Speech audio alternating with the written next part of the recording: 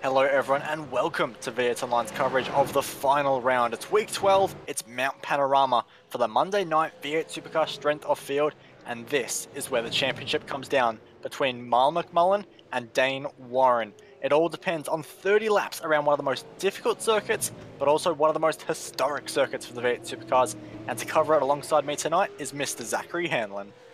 Yeah, thanks, Bo. Looks like we're in for a good night of racing. Got a lot of really fantastic drivers in here tonight, including Marlon McMullen and Dane Warren, our two championship contenders, so that is very good to see. We've got a strong field of 24 cars here ready to give us a longer show than we're used to, I guess. The 30-lap race here is expected to probably last 66 minutes tonight. We usually do about 40-minute races, so we're looking forward to a nice long race ahead of us. Yeah, we are, and to do those 30 laps, we have plenty of talent in this field from the likes of course, McMullen, Warren, Burke, Hinz, Cummings, Myers, and so many more, all ready to tear up this circuit, and we cannot wait. But currently, we're in qualifying, and the drivers are just about to start their very first laps for the night. And this is not an easy circuit, as we know, Zach, to hook up a lap. It all has so many different factors when it comes to getting the lap 100% perfect. Yeah, absolutely, and I know that you and myself, Bo, have probably done a combined total of, I reckon, 600 laps in at this joint in the last couple of weeks, and even after doing that many laps, you still probably aren't happy with the best one that you've put in. There's so many aspects of this track that are so difficult and so crucial to get right, and I think these guys are going to put on and show their real talents, because these cars, compared to what you and I drive normally, Bo, the GT3 cars, getting around here is a completely different kettle of fish to in a V8 supercar than getting around it in a GT3, where you have lots of traction, lots of downforce. So these guys are really going to have to push themselves to the limit and work the edge of that car as best they can. Yeah, absolutely. We're used to the lovely GT3s with ABS, but when it comes to Mount Panorama and the V8s, there is no stopping a ton and a half of race car as he fly down the mountain, maximum commitment, inches from the wall. And in order to get this pole position time, that is exactly what these drivers are going to have to do tonight. As we're looking at Dane Warren at the moment, coming down Conrod Straight on his very first lap for the session. And it is 27 degrees here today for track temperature and 23 air temp. So the guys do have a pretty cool track, and you will see some quick lap times, but you're also dealing with 18km/h winds heading to the northwest, which means we will see some pretty nice slipstreaming down Conrad and down Mountain Straight, or up Mountain Straight I should say. But nonetheless, this is going to be a very interesting night, and we should be seeing a pit stop in this one as well. So we'll have to wait and see how this race pans out, because there are so many factors to come into a race this long. Like you said, this is a much longer race than we normally see in this series. So you've got a lot more strategy to pan out for this one. And also the criticality of not making a mistake here is significantly higher than all the tracks that we've seen previously in this championship. I mean, coming over the top of the hill, if you make one tiny little mistake and you clip a wall, you can cause yourself damage. But if you come in significantly too hot and tap a wall, I mean, you can completely bend the car. So another thing to consider for these guys is Dane Warren is lost it on his second lap coming through Griffin's Bend on the exit there. So Dane in the top position at the moment, but he will have no opportunity to improve on that after he gets out of shape. As I was just about to say, tapping the wall and getting a 0x in qualifying can make a big difference as well. We're already seeing a lot of drivers who haven't put in a qualifying time. I haven't been able to keep a track of absolutely everybody, but a lot of the time we see drivers not qualifying, it's because they haven't been able to get around, or they have been able to get around, but not without just making slight contact with the wall. And the programming in iRacing will not count your qualifying time in the event that you do make any form of contact with anything on the track. And that's just simply to prevent anyone from getting an advantage from doing anything, such as, you know, on PlayStation, you might see people just taking around a corner and just following the curb as if it's a slingshot. We don't want to see anything like that. And in iRacing, thank goodness, we have damage models that prevent stuff like that as well. But a couple of drivers now starting to put in times. We've got Dane Warren on top. Brady Myers not far behind, and then a little bit of a gap. Marlon McMullen has a big gap to make up at the moment as well. He's just finishing the final of his lap, coming through the cutting and coming through the chase, pardon me, and into Murray's corner.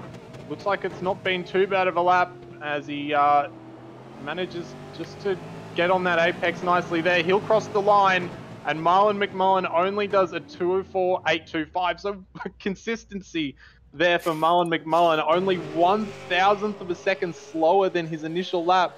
But unfortunately, he's going to sit no higher than position 5 tonight. Yeah, and unfortunately for him, there is a lot of positions that can be filled in 0.8 of a second, which is the margin from himself to Dane Warren. And Brady Myers, Duran Nakora with a fantastic lap at the moment. For him, he's in 3rd place at the moment for All-Star Motorsports. And also Nick Cummings, they've all filled that 0.8 of a second gap that Marlon has to Dane Warren. And there are so many factors that, rely on Marlon's shoulders tonight to really outperform Dane to get this championship, including the strength of field, which is okay this race. It is 3.1k, so we'll have to wait and see how the points do pan out for him to close that gap to Dane Warren. But nonetheless, being 0.8 down in just qualifying alone is not going to help him one bit. No, not at all. I'm just watching Wayne Burke coming over the line, and he's popped himself just ahead of Marlon McMullen by 200ths, less than 200ths of a second even. So, yeah, Marlon McMullen falling down the order significantly. Just see if we have anyone else finishing a lap. I think Mario Vlasic's just going to be able to come over the line before the checkered flag drops. He will improve, but actually, yeah, that'll be good enough to jump him up a couple of positions into P18.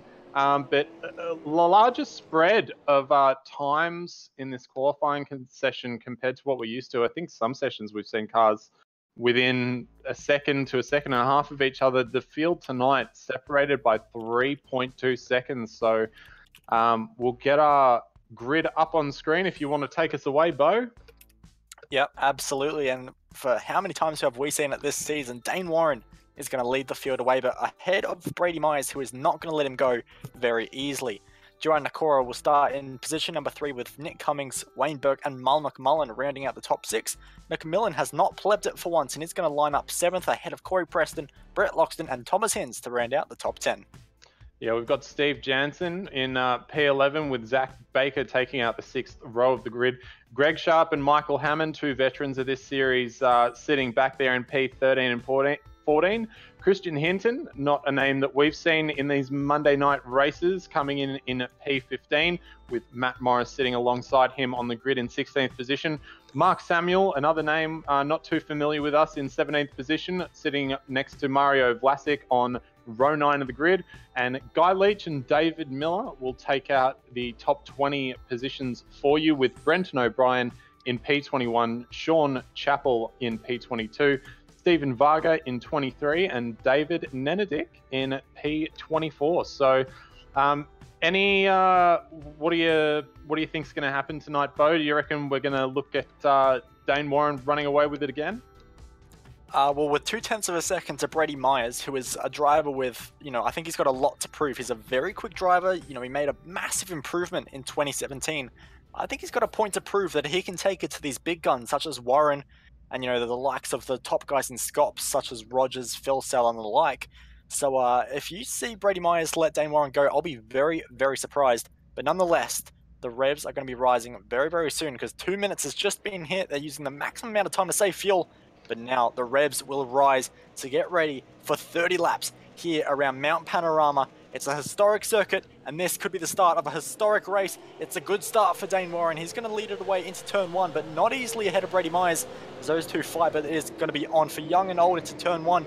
Marlon McMullen already being hung out to dry at turn number 1. In the back, still looks to be all clean. A few drivers running and using all the track available. But now we make the long run up Mountain Straight, and Brady Myers, he's going to prove his point immediately, side by side with Dane Warren. How brave is he going to be on the brakes? The answer is very, but Dane Warren will hold the inside and will hold that position just for now as we look for the rest of the field to make their way through turn number 2. So far, so good for the field. Yeah, Thomas McMillan had to tuck in back behind Mullen J. McMullen after he got a little hung out in the first corner. Thomas is a teammate of our championship leader, Dane Warren. So we might see him harassing the back of Marlon a fair bit. But yeah, these guys doing a very nice job of getting through this opening section of the track without much of an incident. It is a long race tonight, and I'm sure that a lot of these guys are very familiar with this track and very familiar with how much it can bite you, so we wouldn't be surprised to see people just staying pretty calm for the first little section of this race. But I will keep an eye on Thomas McMillan, because he is right behind Marlon McMullen, and being a teammate of Dane Warren, I'm sure the guys in the pit box will harass the crap out of that guy and make him make a mistake. Yeah, of course, but right now no one is harassing Dane Warren. Brady Myers really tried it up Mountain Straight, but now he's going to have the All-Star Motorsports Cup Duran Nakora to worry about as they fire into the chase, and Duran is gaining and gaining, and Brady's going to have to go defensive, and that's something we're going to see a lot today. Drivers having to go defensive down into the chase section braking zone, because that is a really good spot to be overtaking, as we see a few guys in the background having a real go of it, and the 23 car of Mark Samuel cops a huge hip check there from one of the drivers trying to find out who that was. It was the 19 car of Christian Hinton, and those guys... Oh, yeah, Morris is around. A huge incident there between Matt Morris and Michael Hammond. Oh, Brenton O'Brien's into the back of the 7 car. Oh, they're all off at Murray's corner. That's shocking. We've got 3 cars off there and a kerfuffle at coming out of the chase as well. That's not good to see. We'll see if we can get a Cut Price Racing replay for you of that incident at the final corner. And I'm just having a look. Couple of cars there swerving to avoid, and Brenton O'Brien just taking it way too deep under brakes and getting into the back of Guy Leach. And Michael Hammond's on pit lane now. I think just prior to that little incident there, might see if we can get a replay of that for you as well. Michael Hammond went side by side with Matt Morris coming out of the exit of the chase, and those two got together a little bit, and that caused, I think, yeah, I can't really say what's happened there with Michael Hammond. I mean, he has come across with the intent of going into the pit, but that dash to the right just after Matt passed him there is a little... I'm not sure we should be giving that any more publicity than it really needs, to be honest. So we might carry on with that, because that's not something anyone wants to see. So we'll get back to live pictures and we'll see how the race is panning out, because right now TTL, they managed to win the BGT race, which was a massive effort for them, but right now they're coming under from a lot of pressure from Wayne Burke, who's looking to attack the TTL Falcon as they're getting very close into the chase, and Wayne Burke very late on the brakes, gets his nose just about there but doesn't quite get the move done. Yeah, and this little train from Brady Myers all the way back to Corey Preston looking pretty healthy right now. Thomas McMillan tucked up right behind McMullen still. That's going to be a tongue twister for the rest of the race if those guys continue in that order, but I'm sure that McMillan will be looking to push past McMullen as his car's looking pretty good. McMullen currently dropping off the back of Wayne Burke, coming over the top of the hill. We'll see if he can close up. His car could be better coming down the bottom of the hill. We saw a lot at the Blancpain GT race over the weekend. A lot of cars really good going up the hill, but not so good coming down, and a lot of guys regaining a lot of time on the cars ahead of them as they were coming down the hill.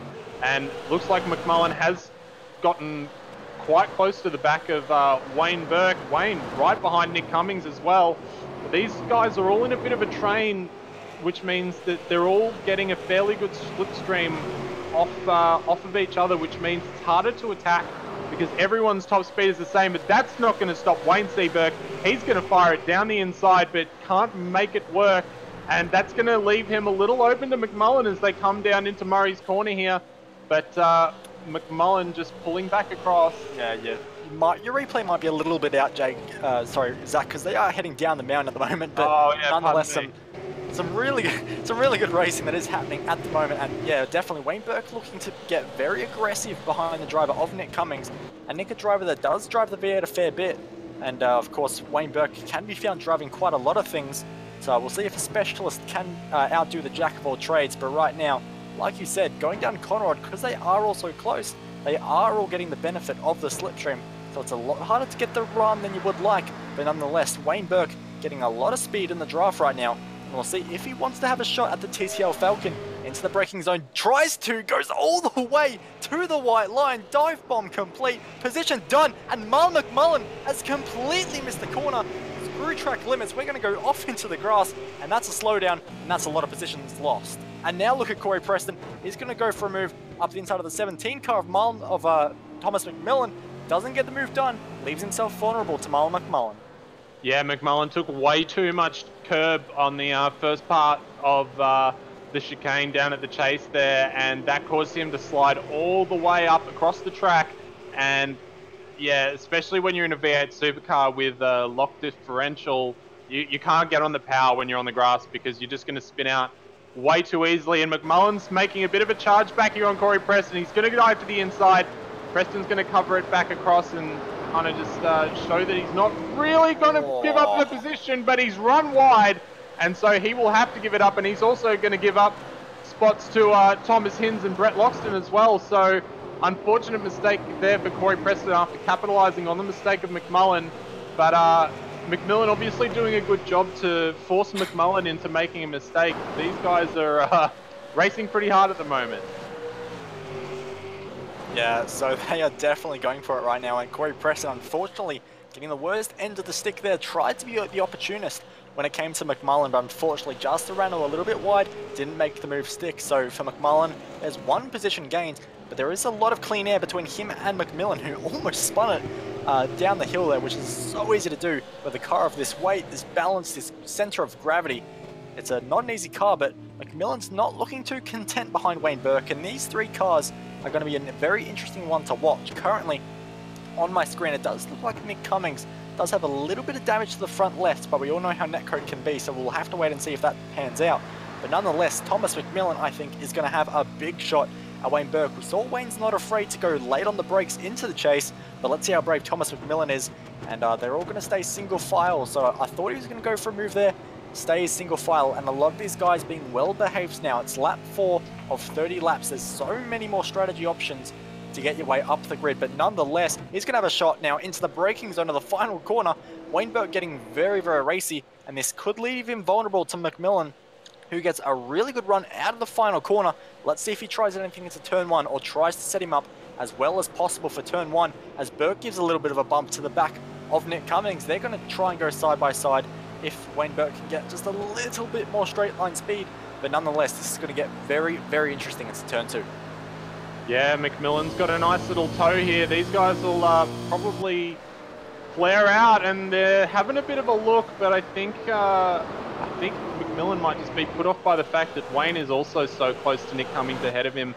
That is it's a difficult corner to make an overtake into at the best of times. You really need to be committed and have the confidence to do it. So Nick Cummings will live to die another day, and it's very difficult as well to pass as you're coming up the hill. So long as you don't make a massive mistake and you're in the lead of the train as you're coming up out of the exit of the cutting, you're usually pretty good until you get down to Forest Elbow. But that's not going to stop these guys from pushing and hoping that they can close up the gap as much as possible, so that when they do get down to the elbow, they can do what we've seen them been doing the last couple of laps, which is getting very close, tucking in the slipstream and pulling out so that they can make a move into the chase. So these guys coming down into Forest Elbow now. Wayne Burke and McMillan getting very, very twitchy under brakes there. That's a very lucky position, actually, because I think Wayne Burke moved more out of avoidance than anything there, and McMillan's been able to pull it up and actually get the pass done. He's going to have the outside line coming through the chase, but that's going to give him the inside line for the chicane. So the preferred line, they're going to go door to door. They're just touching mirrors as they come through there, but it's nice and clean. McMillan's nice and late on the brakes, just enough, and he'll slide up there into P number 5. So really good push here from McMillan, but Wayne Burke having a little look back, but McMullen now right on the back of these guys. That fighting that they've been having between the two of them has caused McMullen to come back into this battle. But yeah, really nice job from McMillan there, applying a nice amount of pressure and getting a little lucky under the braking zone into Forest Elbow. Yeah, I think we're going to have to call this the Mc battle because, of course, we've got McMillan, we've got McMullen, and he might as well have McBurke as well because these guys are really having a great fight at the moment. And I'm looking forward to seeing how this goes in the next few laps. But that battle between McMillan and Burke, just very briefly there, did allow McMullen to close so much more ground. So we'll see if McMullen can get this lifeline and make something of this championship because right now it's not looking good. But we won't get too optimistic with Dane Warren in the lead right now, because we have seen so many fuel issues in the pit stop, tyre wear issues, something for All-Star Motorsport to throw a curveball. So we'll have to wait and see. Brady Myers doing a great job in position number 2, pulling away from Duran Nakora, who is slowly eking out the gap to Nick Cummings, who we're just watching just ahead of this battle. So this position number 4 is going to be one of the positions to really watch out for when we get to the pit stops. But it's not even for Dane Warren as well, Bo. It's not even the fuel as well. As we've seen with Dane so much throughout this series, he only has one speed, and it's go time. And when you're going go time, that makes you, you know, you're pushing all the time and you're using every inch of road, and you're more likely to, especially around here, clip a wall or make a tiny little mistake. Even just getting a tiny little wheel onto the grass anywhere on here can be really dramatic. So Dane does have a very nice lead right now, and I'm sure that if he does have someone in his ear, they'll probably be saying, you can probably just cruise at the rate that you're going, mate, because you've got a nice little lead and you don't really need much more than that. But no doubt he will push as hard as he can. But yeah, I think when we come into the pit phase, that'll really open up a lot of the strategy for these guys just behind him from P3 all the way back really through to, I guess, P8 at the moment.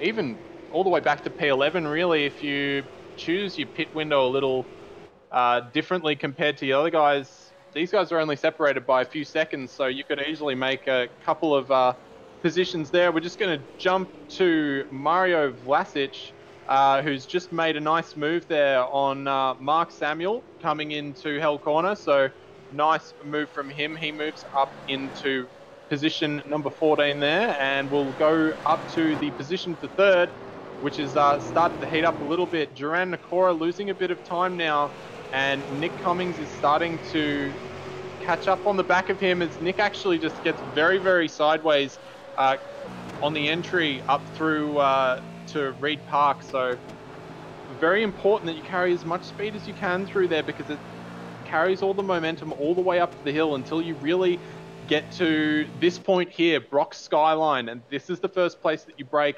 after you've come through cutting. But he's maintained position as he's just sliding that car. It looks like he's got a bit of understeer in that car. Nick Cummings is Thomas McMillan getting all sorts of sideways, coming down the mountain. He's still going. Wow, nice car control by McMillan. He's actually caught up to the back of Nick Cummings on that as well. So it doesn't look like he got the greatest exit coming out of Boris Elbow, but the net gain there was fairly substantial as he was going all sorts of sideways coming down through that section of track there. Yep, at no point was McMillan in control of that car, but somehow, some way, manages to pull it off and continues to hound the back of Nick Cummings.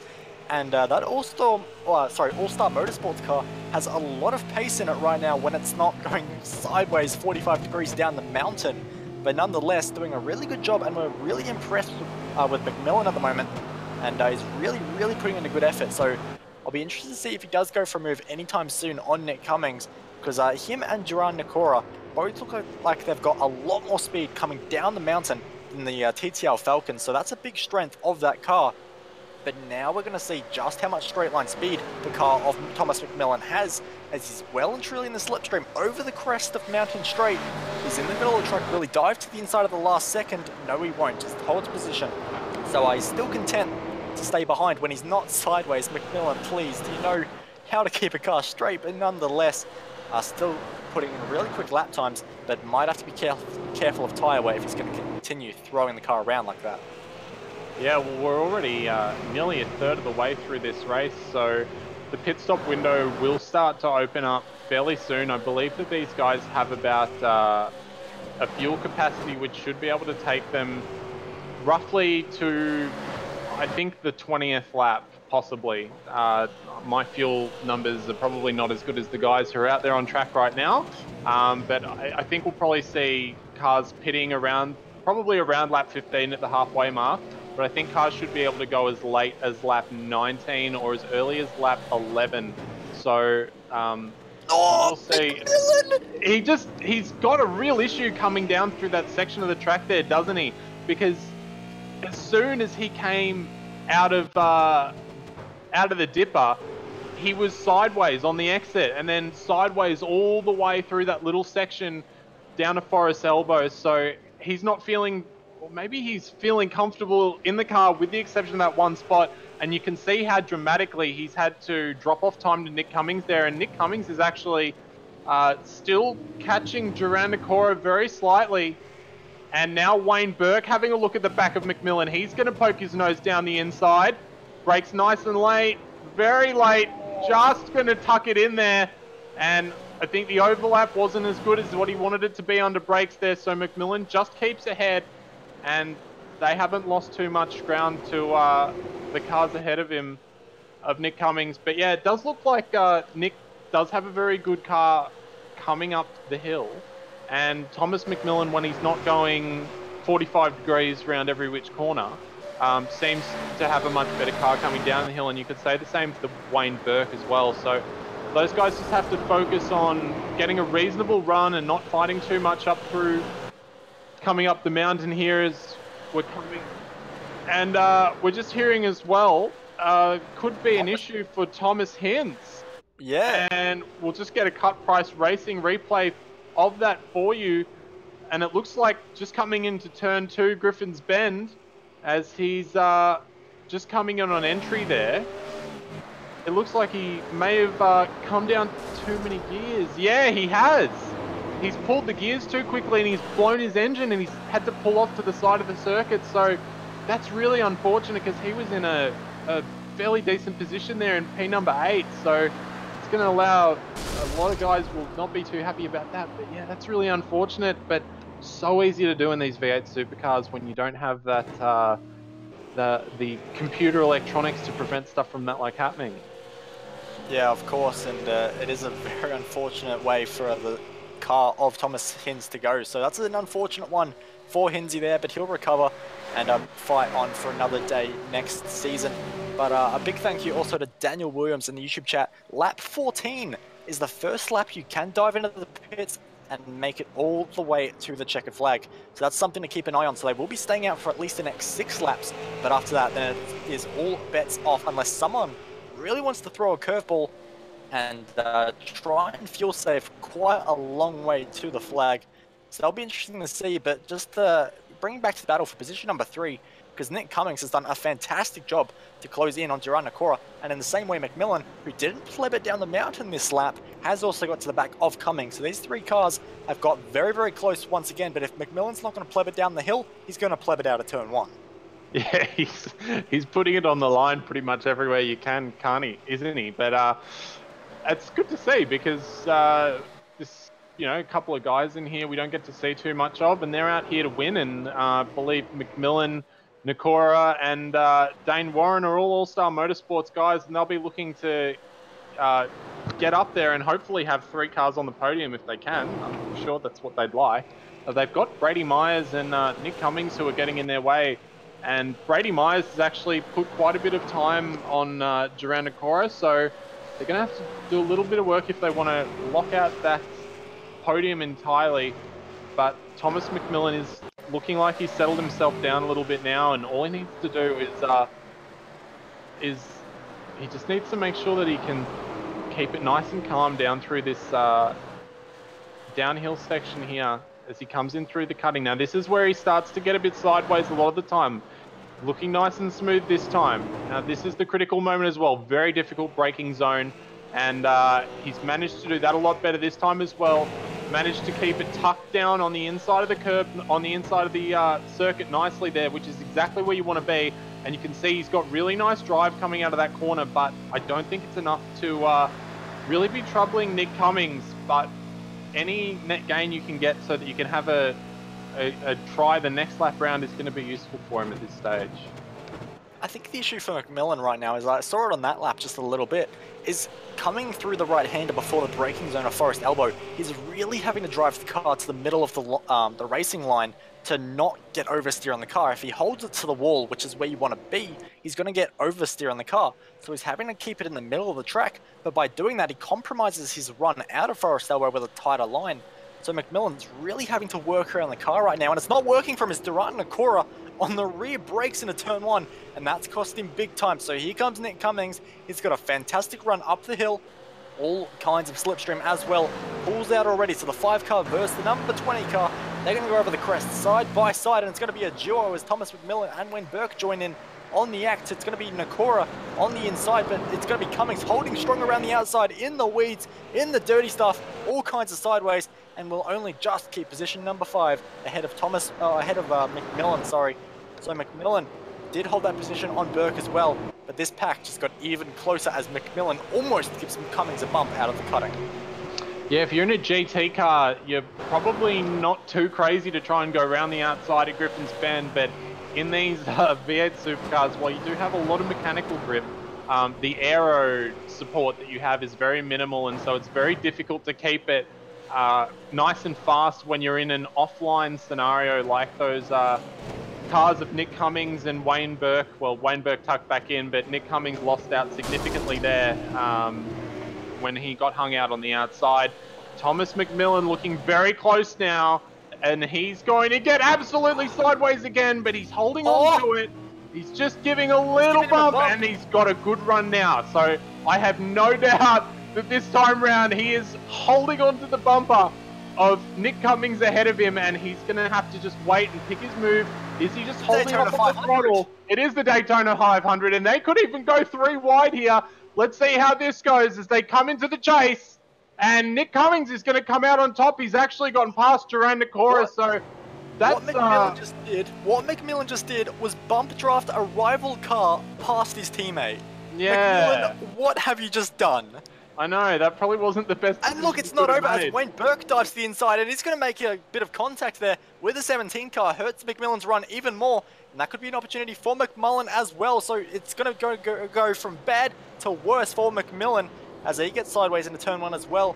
And also Nick Cummings had to defend big time from Nakora, but it's not going to mean anything because that exit is not going to help you at all. Corey Preston sideways in the background, but it's going to be a very good run for Nakora down straight and side by side. And it's still the overspeed for Nakora, but how brave is he feeling? Under brakes, it's the inside for Cummings, and he's not quite going to be doing it. They've made contact, and Nakora is going to be sent all the way to the back, and he's got to be careful of McMullen, but they're getting very racy, heading towards the cutting now. This is not a place you want to be scrapping this hard. Bumper to bumper contact. Burke sent a little bit wide from McMillan. Gives him another bump on the exit. These guys are playing for keeps now. There is no love lost here. They go over the top of the mountain, high speed, getting as close to the walls as you like, and it is on for young and old. McMillan wants the position on Burke. Nakora wants redemption. McMullen needs championship points.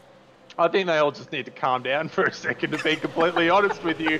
But, you know, I'm very surprised there that Nakora kind of didn't go a little deeper under brakes and hold it around the outside there. I think he had the overspeed to do it, and he lost out dramatically. McMillan looking very racy on the back of Burke here again as he just gets sideways every time, and he's getting worse every time.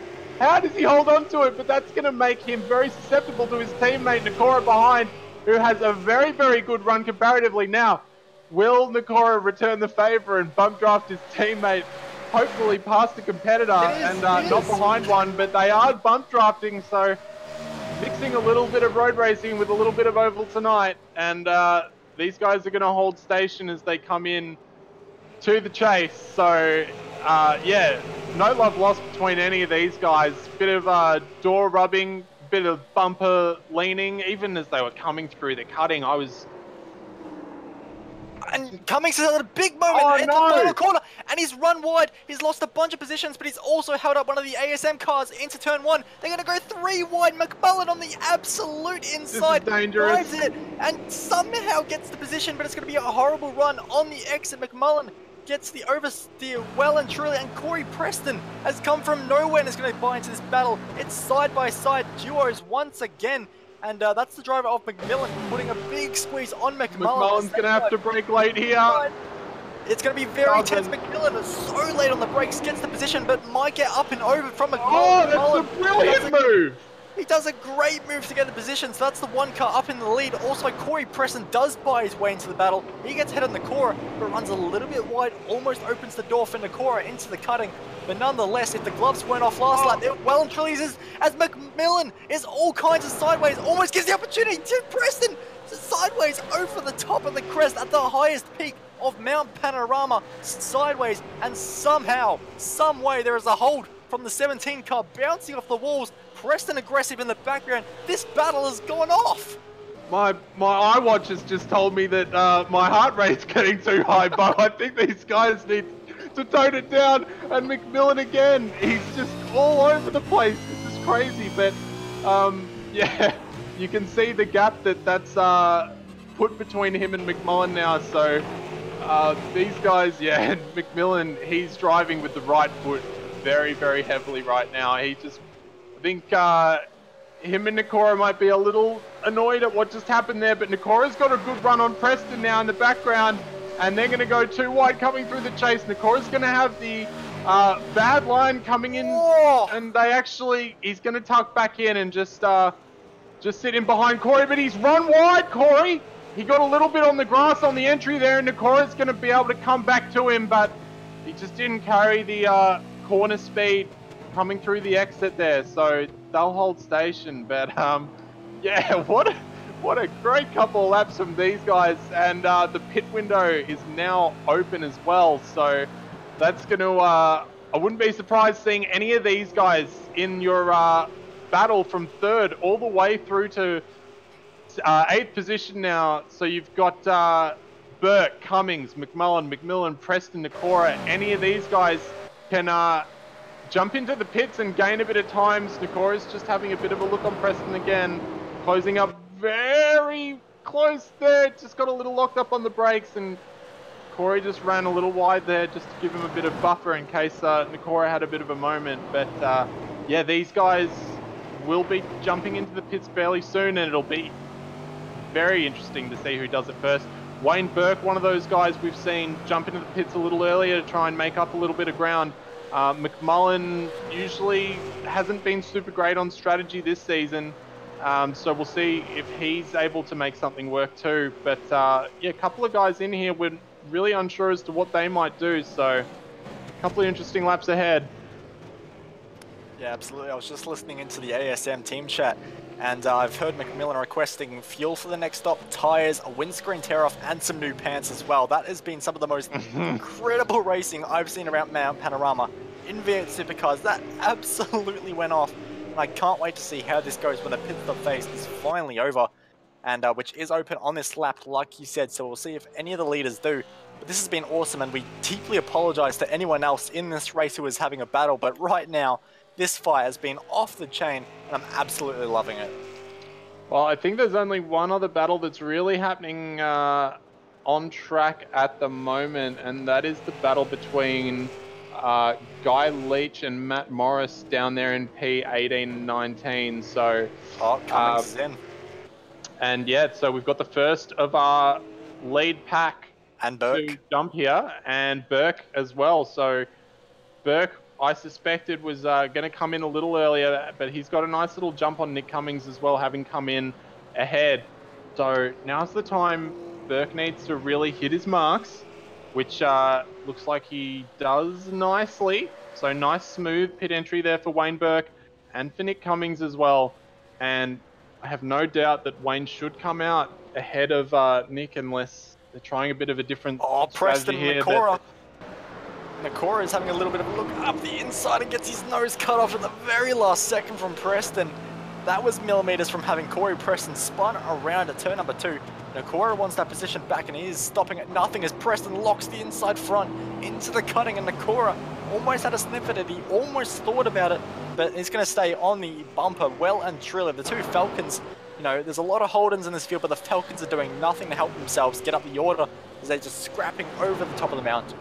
And we have an interesting development in the pit lane. Wayne Burke coming out well ahead of Nick Cummings, and Wayne actually running wide into turn 2 on those fresh, cold tyres, just underestimating the amount of grip that he was going to have there. But Wayne Burke 5 seconds faster than Nick Cummings, so that's a huge advantage considering the amount of time that separated them before they came into the pit. So did Wayne take a little less fuel, or did Nick take too much? And how's that going to stack up with everyone else who's going to be pitting shortly? But Wayne Burke in the hot seat for that battle for 3rd through 8th at the moment. Yeah, well, Wayne has been known to be pretty, nifty on his fuel and do some very interesting things. He goes down a mountain, all kinds of sideways, just about gets it stopped down the hill. But the issue he's going to face here, as you look just in front of him, not even that far ahead, half a second, or so in front, he has a huge battle of Morris, Leach, Chappell, and Nenedick all fighting over their positions in this race as well. So it's going to be very interesting to see, but at the moment we do have to focus our attention on 2 new entries into our pit lane by the names of Dane Warren and Brady Myers. There's a few more than that, actually. We've got Thomas McMillan, we've got Corey Preston, Duran Nakora, Zach Baker, Steve Jansen. The only person I saw who did not pit this lap is one of the guys in contention for our championship lead, and that is Marlon McMullen. He obviously feels like it's do or die, and he needs to do something different to everybody else to try and get a result, and so he's going to stay out there for 1 extra lap. And Wayne Burke's back in the pit, so he must have gotten a speeding fine or a speeding penalty on the exit, or hasn't taken enough fuel. So that's tragic, because he was at the lead of our pack for 3rd through 8th, and he had a significant advantage over everyone else. So yeah, well, if he's got and that's a hold too, so yeah, we'll see what the pit time is. If it's around 15 seconds. Yeah. 6 seconds for Wayne Burke. So maybe, well, I mean, Nick Cummins' pit stop was 5 seconds more than Wayne Burke, and Wayne's just come back in for another 6. So did he take too little fuel? Did he get out and realize, oh, it's not going to work and I can't save enough? I mean, it is tough to save 6 litres or 10 litres worth of fuel around here, but in 15 laps it's probably not reasonable enough to keep on going. Yeah, so that is that's tragic for Wayne Burke there. A lot of the pit stops have been around the 29 to 30 second mark, so that's where you ideally want to be. A few guys have gone under that mark, such as the likes of Corey Preston, who was a second and a half quicker. Dane Warren was 30 seconds, so he should be good on fuel. But we'll have to wait and see what McMullen does in this lap, and as you would probably expect, dives it onto pit road, late commitment as using all the possible track and maybe a bit of lawn mowing services as well. Of course, he has a lot to gain in this pit stop, so we'll look to wait and see during this pit stop where he will come out in terms of pit stop time. Want to be around 29 seconds to be competitive, but we'll see if McMullen, who has played a bit with fuel during this season, is willing to roll the dice once more. Well, his pace was fairly on time to Dane Warren on his last couple of laps. So what Dane Warren was doing before he made his pit stop, so that's good for Marlon, means he wasn't dropping off the pace too much. But the real question is how fast these guys on new tyres going, as we see some of our leaders, Dane Warren and Brody Myers, just coming past the pit lane there. They'll continue round on lap 17 of this race. And Marlon drops off his jacks, and he's going to come out of the pit lane. It's going to be very tight to the guys behind Nick Cummings, and he's going to actually jump these guys. So for once throughout this season, Marlon McMullen does himself a favour there and puts himself up into, I think that's effectively position number 3 for him there. So very nice job from Marlon McMullen, using a bit of strategy to pull himself out of that battle pack, which was probably good, because that thing was pretty spicy.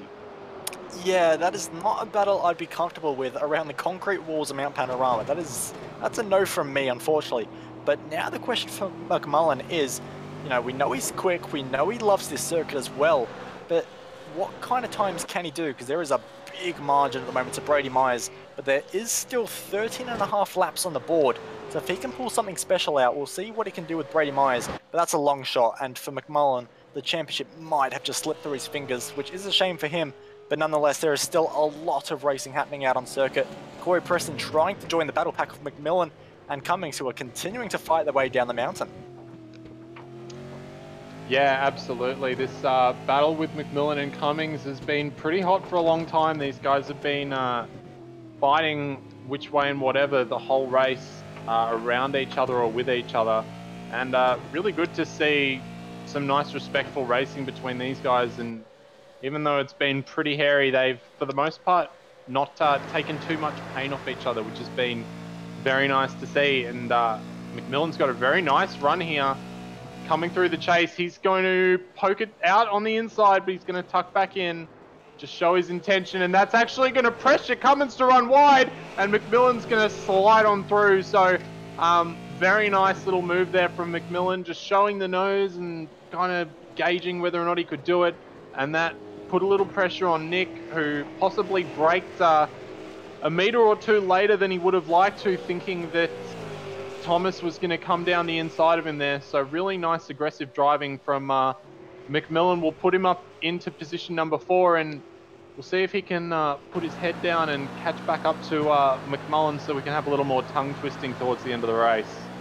Yeah, absolutely, but it's not all over for All-Star Motorsports, as Duran Nakora is really beginning to put the blowtorch on the back of Zach Baker as they come down over Mountain Straight. So this is a battle we'll have to watch out in the coming laps, or maybe even this corner, as Nakora dives into the inside, room left from the driver of Zach Baker, a bit pushed out on the marbles there through turn 2, but nonetheless, Nakora trying to make a way back through this field, of course, was running very, very high up in the early stages of this race, I believe up into 3rd at one point, but has been shuffled back, particularly in that mad scramble we had for a couple laps there, and is having a few internet issues himself, but nonetheless, will be good to see Nakora try and hunt down now the driver of Corey Preston, who is bouncing off a lot of curbs at the moment, so we'll have to see if Nakora can find his way into position number 6. Yeah, and just a little shout out to our race leader at the moment, Dane Warren, who we haven't been covering all that much. He's been doing a fantastic job, lapping at least half a second ahead of the field right now, as we're just going to have a look at Loxton, and that's a huge accident. That's a massive accident. Oh, that is so unlucky for Wayne Burke. Loxton had a huge moment there. We'll try and work out what happened there. We'll get a CPR Karts Racing replay for you there, and just does what everyone manages at some point in their life around Bathurst, lights it up on the curb, spins it around into the wall, and did get onto the brakes, was trying not to roll. That's not his fault, but unfortunately nowhere for Wayne Burke to go, and a huge hit for the SSR car. Yeah, thankfully neither of those guys were actually in those cars, because I think in real life a situation like that for Wayne Burke would have been significantly more dramatic than that was, but massive amounts of damage to his car, and guess he kind of put himself in that position by making that mistake with the fuel calculation. So that's very unfortunate for those guys, and you know, 40 minutes into this race, it's not really surprising to see 1 or 2 people making a couple of tiny little mistakes here and there. And that place, I mean, that area of the track up through Brock's Skyline is very, very difficult to navigate at the best of times. Yeah, not an easy corner at all, and of course with Loxton, it was just about to slide down the hill. It also would have been partially blind for Burke as well, so just an unfortunate situation all around, but no unfortunate situations right now for Dane Warren. 7.3 seconds ahead of Brady Mize, leading from Mal McMullen, and McMullen's doing 5.4s at the moment, with Thomas McMillan doing 5.7s behind, so a lot of pressure trying to be applied from McMillan, but just needs to find an extra gear if he's going to find that second or two that is between him and McMullen right now. But also, Duran Nakora has done a fantastic job to reel in Corey Preston. Preston has been struggling big time for lap times, and in fact, he's not chasing him down anymore. He's there. Yeah, this battle's starting to hot up right now, which is really good to see. And Duran Nakora looking very, very racy on the back of Corey Preston, who's taking not the ideal lines coming down the mountain. And now Duran has a very nice run as they exit Forest Elbow. He's right on the back, those 2 Falcons packed in nice and tightly together. Now Duran making his intentions early that he wants to come down the inside. He's got a nice amount of overspeed here, but he's going to have to brake late if he wants to outdo Corey Preston. But Corey Preston is going to defy my words and tuck in right behind and just give up that one fairly easily. So maybe knowing that the pace difference between him and Duran is that different, and knowing the run that he had on him, he might have just let that one slide, as he doesn't want to give up a position as Zach Baker behind. But these guys all ending up with some pretty decent results tonight. Corey Preston up from where we would usually see him, down the back of the field, usually due to some form of attrition, more likely than not. And Zach Baker, who's someone we see from time to time doing nicely, sitting up there just inside the top 10 as well. So yeah, really nice racing from these guys. We'll see if that starts to heat up a little bit. But one thing I've really wanted to do, Bo, and I'm sure the fans will enjoy it, because we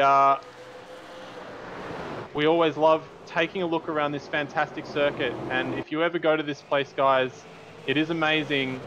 Dane Warren is about to come down Forest Elbow, so we might shut up for a couple of minutes and let Dane Warren do the talking with an in-car view for a lap around the great Mount Panorama circuit.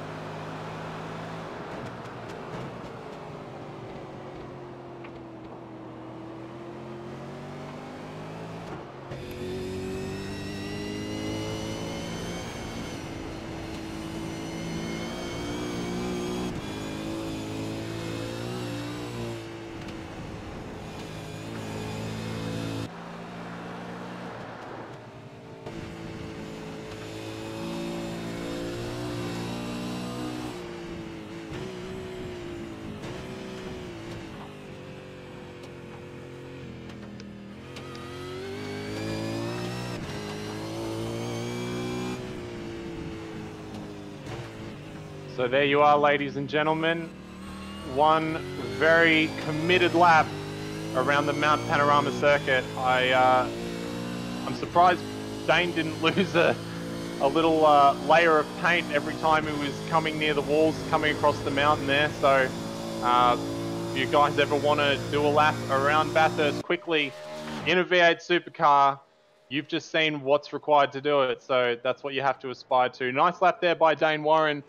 Just having a look through our field now, all the battles have started to fall off a tiny bit. That battle between McMillan and Cummings has just dropped off, and Duran Nakora also slightly dropped off from Nick Cummings at the moment as well. And nice to see a couple of drivers making their way back onto the field. Thomas Hinds, who, if you'll recall, suffered an engine blow up earlier in the race, just coming out of Griffin's Bend, has returned back into circulation. So good to see him getting some practice in that nice Ford Falcon of his. But yeah, that'll be worth something too, because of course we still have 9 laps left of this race, and he's only 8 laps behind the driver of Brett Locks at the moment, who is 2 positions ahead of him. So if Hinsey keeps running around till the end, which I expect he will be doing, he'll actually pick up 2 positions, and every point is worth it. So really nice of Hinsey to just get out there and try and maximize every result, even if it's not the result he probably would have hoped for. Yeah, absolutely. Always got to have that never give up attitude because, I know we're late in the season now, but you never know what results you pick up throughout the season. You never know what might come up at the end. And that little point that you went out and spent 40 minutes, driving against nobody just to get that 1 point, could come in at the end of the season and help you out massively. So good to see Tommy getting out there and putting some more laps on that car. It is a nice looking car as well. So nice to see so many cars circulating out on the circuit. Just having a look at Zach Baker, actually. He managed to get past Corey Preston, presumably while we were on that lap with Dane there, and he's pulled out a little bit of a gap on Corey Preston there.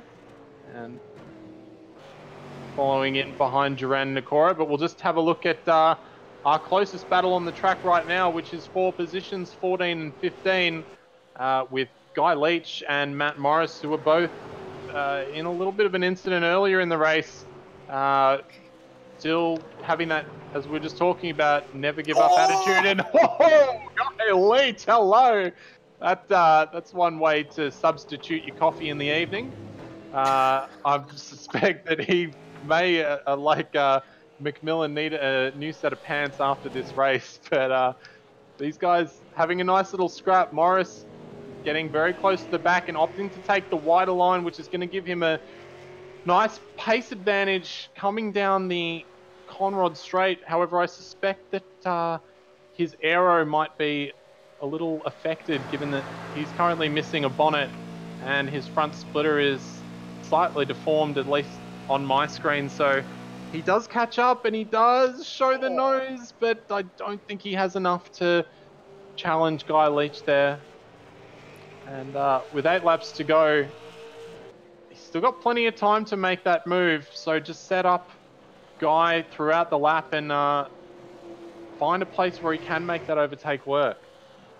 Yeah, absolutely. But just on the fact that Morris is in fact missing a hood, I can report that DJR Team Penske are reporting it and bringing it to the steward's attention. So don't worry about that, Holden fans. That will be addressed. But nonetheless, Guy Leach doing a fantastic job at the moment. And I'd love to know what's with the Valentino Rossi paint scheme that he's run across so many of his cars. Clearly a very big fan, and it is a very, very different skin to what we're seeing. But what do you think, Zach? Do you like it? I think it looks all right. I think it's a nice homage to a great patriot of motorsports. I'm not sure it's something that I would personally run myself. I'm not actually really a Rossi fan, but I respect him for what he's done for motorsport all over the world and for the amazing talent that he is. But it doesn't, for adaptation on a V8 supercar, I don't mind it at all. I think it looks alright, but whilst we are just yapping on about nonsense, that battle for 14th and 15th still doing well, but also another battle that is slowly beginning to form is for position 17, just behind, and that's going to be between Sean Chappell and Christian Hinton. These two are slowly getting closer and closer to each other as the laps go by, so we'll have to wait and see this one progresses, but Hinton looking so much more confident down the hill and taking chunks of a second out of Sean Chappell as he fires his way downhill into the hard, very difficult braking zone of Forest Elbow and continually making up time. So Sean on that last time around was a 208.1, whereas Chris Hinton was a massive 0.7 of a second quicker. So this might be pretty easy for him once he gets close, but we'll have to wait and see Chappell is willing to defend. Yeah, and something I've just noticed, there are actually only 3 cars currently running in the 205s at the moment. So the lap times on these tyres have started to fall off very dramatically, with most of this field now sitting in the mid to high 6s and 7s. But Christian Hinton definitely has a pace advantage over Sean Chappell here, and we'll see what it is this time as they come over the line. Last time around, the pace advantage to Hinton was 0.7 of a second. This time around, it is another 0.6 or 0.5 of a second. So he is already right back up on the bumper there of Sean Chappell. So he'll definitely be looking at having a move this time around. It'll be better for him if he can get it done before the hill, as it is very difficult to pass. So he'll go to the outside does Christian Hinton, looking for that grip on the outside of the track, but they make contact as they come in to Griffin's Bend there, and Christian has to take Christian, pardon me, has to take the wider line and go out on the marbles there. It's always very difficult. You kind of have to commit to running a specific line if you're going to go through the outside there, and Sean Chappell just shutting any opportunity of that happening, or Kristen just turning in a little too early there. So he'll have to make up that gap back out to about 6 to 7 tenths of a second now again. So he'll have to make that back up on the rest of this lap and see if he can have another go into the next lap. If going before the mountain doesn't work, he might just have to stay patient behind and be nice and close through this section here and get a nice exit through the elbow. Yeah, I think that's going to be the plan for him, because we asked if Chappell was going to play defensive, but he definitely did. But Hinton's not doing the best out of Forest Elbow, getting extremely sideways and cost himself just a little bit more time. And with the aero, that's not going to help. He might have lost the slipstream just a little bit more, so he's going to be well and truly down on top speed. Sean Chappell is going to take the apex at the chase at 286 kilometers an hour compared to the lonely 283 of Christian Hinton. So that could just be rear wing, and the damage might not be affecting him as much as we might have thought. Of course, cooling won't be an issue in that car, so the engine will definitely be in an optimal temperature zone. But with the pace he has, he'll definitely be having more than one more attempt at a Sean Chappell, position number 17 in the next 6 laps. So we'll have to wait and see how that one does pan out, like you said. But nonetheless, we'll have to go back up to the front of the field, because Zach Baker's doing a very nice job at the moment, doing 205.9s, and at that rate, it's not going to be long till he has an opportunity to get past the driver, Joran Nakora. Yeah, Zach Baker's coming to life in the last 10 laps of this race. He's obviously been saving his tyres a little, and now's go time for Zach Baker.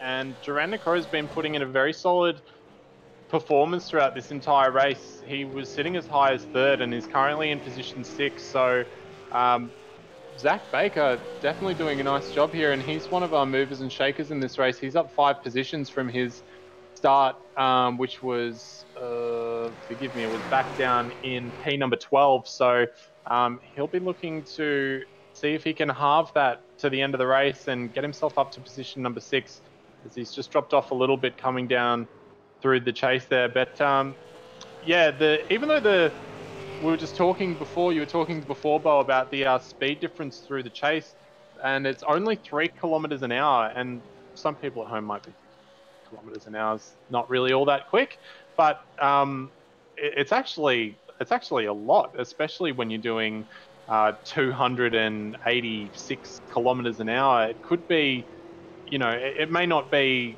such a difference 3 kilometers at the end, but it's the 1 kilometer and the 2 kilometer difference that is going on all the way through that transaction, all the way down that straight, which is really making a big difference.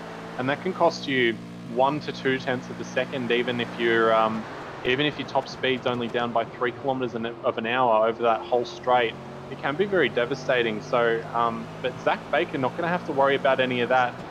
Joran Nakora might, though. He's just tapped the wall coming through the entry to the cutting, and he's run a little wide there as well. So Zach Baker keeping it nice and tight, and he'll have a nice smooth run up the mountain. Joran possibly having to sacrifice a little bit of that speed coming up the hill due to the poor exit. You can see Zach Baker's, the attitude of his car is significantly smoother and more linear, I guess, than how Joran's looking at the moment. Looks like they do have 2 very different styles of attacking these corners. But Zach Baker just closing that gap up little by little as they're coming up and down the mountain. Yeah, he's doing a very good job at the moment. And just to point out, the pace that Dane Warren is putting down right now, he's currently stuck in lap traffic around a 6.2 kilometer track. So Warren doing a fantastic job at that. And he now gets past the driver of Stephen Varga, who's position 19 and has the 20th place driver of Brett Loxton behind him. And you might think, oh great, we've got a battle on our hands. There's 6 laps difference between them, unfortunately. Brett Loxton has been in the wars today. And as you can see, his car is very much beaten up. But nonetheless, these two might have a bit of fun fighting over what could have been 19th place. Yeah, I think Brett Loxton might have actually continued on, because he had a bit of an incident earlier. He's gotten back out there That could possibly be to defend that position from Thomas Hinz, as Hinzy's still out there circulating as well. So Hin's only going to be able to pick up that position from Burke, but we're just going to head now to Thomas McMillan, who's having a bit of a battle with Nick Cummings. Now, this is a battle which has been on and off all throughout the race. These guys have been racing around each other and with each other in the earlier stages of this race. Nick Cummings going to the outside. McMillan going to take that inside line, and McMillan running very, very tight on the entry there. He probably could have come over a little more. These guys are going to have a drag race up to the top of the hill. They're going to touch a little bit, and it's going to be very tight coming through there. Good job from those guys to not have an absolutely monstrous accident there, reminiscent of, who was it, Ambrose and Murphy many, many eons ago.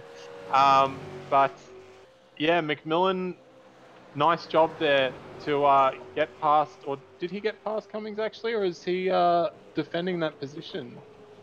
I think he's defending that position actually. So Nick Cummings coming back, and we have seen Thomas McMillan very sketchy through this section of the track in particular. So, and we have just had Steve Jansen come into the pits to what I think has been retire. Just strangely, just drove it into the pits, and just trying to look for any incident that happened previously for Steve. But he's actually just lost it coming out of the chase section. Is, you know, as you take the racing line, you come out on the curb, might get a CPR replay just to help better explain this, but lit it up on the rear tires, wheel spin, and slammed to the wall. Immediately knew his day was done, unfortunately for Steve, who was running in position 11. A fantastic result for him. Unfortunately, the mountain bites and doesn't care what lap you're on. With 3 laps to go, it'll still bite you, Zach. Oh, it'll bite you every single time, and it doesn't matter. The mountain doesn't care where it bites you. It'll bite you on the toe, it'll bite you on the fingers, or it'll bite you in the heart or on the head. It doesn't care, but anytime it bites you, it usually bites you big. There are very few places you can actually get away with a minor accident around here, as we see Nick Cummins right on the back now of Thomas McMillan, who gets very, very wide on the exit there. Here we go. They're going to come up again. They're going to go 2 by 2 into Griffin's Bend. Nick Cummins comes to the outside of the circuit now. Can he brake late enough? Can he take that outside line? Will he turn in too early? He's got a nice run through the outside line, but unfortunately just wasn't able to keep it as tight as he wanted to, and he's going to have to tuck back in. He's giving McMillan too much room, I think. He's pushing him out way further than he needs to be. And, you know, Zach, when you're on a hot lap around Mount Panorama, there is a certain groove you have to get your tyres into around turn 2. And he's putting him, you can still on the outside slightly get yourself into that groove. But I think he's just giving McMillan too much room. You know, maybe on the last lap we'll see him much more aggressive, but I think he's got to, you know, get more punchy and get more racy with McMillan. Well, he could also just be, you know, he could be going around the outside. He's done it twice now, so he's getting a little more feel for that maneuver each time he does it. So maybe he'll try it a 3rd time and he'll know where he needs to set that car. Maybe that time he just, as he's getting very loose coming into the elbow there, maybe he, you know, just carried a little bit. It looked to me like he carried just a little too much mid-corner speed through that maneuver there, and that was what kind of sent him wide from the mid to the exit of the corner. And what you kind of want to do is hold your mid-corner speed fairly low comparatively, and then shoot it out. But he's going to go around the inside, and that's a big, oh no, they're both gone! They're both gone! Nakora! And Nakora's going to get them both through. Baker's going to just slide through as well. So that's shocking for McMillan and Cummings, and I got to say, I think Cummings was probably just a little too ambitious there. We'll get a cut price racing replay for you on that one, because that was a very big moment in this race for P4 and P5. So, I mean, he was very close, but he was very, very deep, and he just locked up one of those tyres there. I think it might have been one of his front tyres, and I mean, McMillan did give him room there. He did give him a good amount of room on the inside to make something work, but unfortunately the rear of that car just slid around and he wasn't able to hold it, and that's going to cause troubles for both of those guys. So with 2 laps to go, Cummings may still make a move on McMillan, although by courtesy, just due to that move, he may not. We'll have to wait and see. But Duran Nakora moving himself back into a position he's been seeing more often throughout this race than not. And Zach Baker, God, he was looking at P6, now sitting in P5, and still, he's actually starting to drop away from Duran a little bit. But with 2 laps to go, not completely out of the question that he could catch up and try something if he can really put his head down. Yeah, we'll have to wait and see what Baker can do, but I think more of the threat for Baker is going to come from behind because he's now got a very, very fired up Thomas McMillan charging down at him.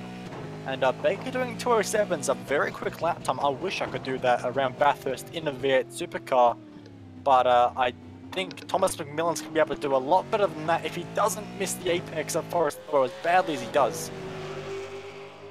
Yeah, and Dane Warren, our race leader, has just started his final lap for this race.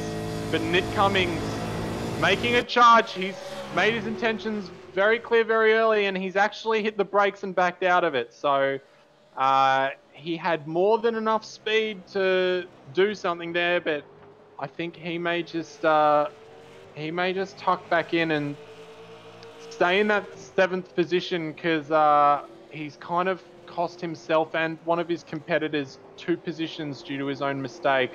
And out of courtesy, he may just let that one go unless McMillan really doesn't give him much option but to drive right round him. And McMillan, at the moment, I would have to say his tyres look like they are on the last legs because he is wheel spinning everywhere, and we have seen the back wheels of his car going way faster than they should be compared to the front, or way slower than they should be compared to the front. He's going to take the defensive line down into Griffin's Bend, but Nick Cummings not going to try and challenge, maybe looking for more of an up and under move, but he's still sticking right on the bumper of Thomas McMillan here. But again, just backing out nice and early, making sure not to cause any contact there. But Dane Warren, our race leader, is now coming down Conrod Straight for the final time. And what a performance it's been by Dane. He's been essentially untouchable this race in the stop. He finally managed to have a relatively good stop comparatively to the rest of this season, which is the one time he probably didn't need it. His fastest lap, half a second faster than anybody, and pretty much a second clear of everybody after that. And Dane Warren, as he comes into the final corner, Murray's Corner, will cross your line at Mount Panorama Racing Circuit for first position, and he will take out your iRacing official V8 Supercar Championship. That is your championship winner, Dane Warren, and he's going to go over the line and have a bit of fun on that slowdown lap. And Brady Mize is going to come over for P2, McMullen for P3, and just having a look at Nick Cummings, and he's gotten past. Oh, that was a big dive bomb into the chase and absolutely dived it, and he's going to redress that position, I think, because that was a very, very large dive. Yeah, it was, as we've just had Duran Nakora and Zach Baker taking out the top 5 there. Very nice drive from those guys.